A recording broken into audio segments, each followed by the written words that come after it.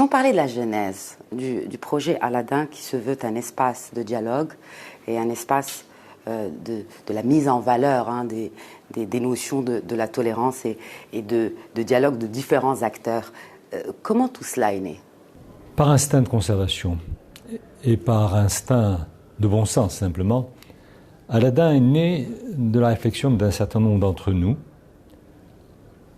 au moment où celui qui était à l'époque président de l'Iran, M. Ahmadinejad, a eu cette idée absolument indicible et de mon point de vue scélérate d'organiser à Téhéran une conférence négationniste. En gros, voulant faire adhérer le maximum d'États autour de lui à la négation de l'Holocauste.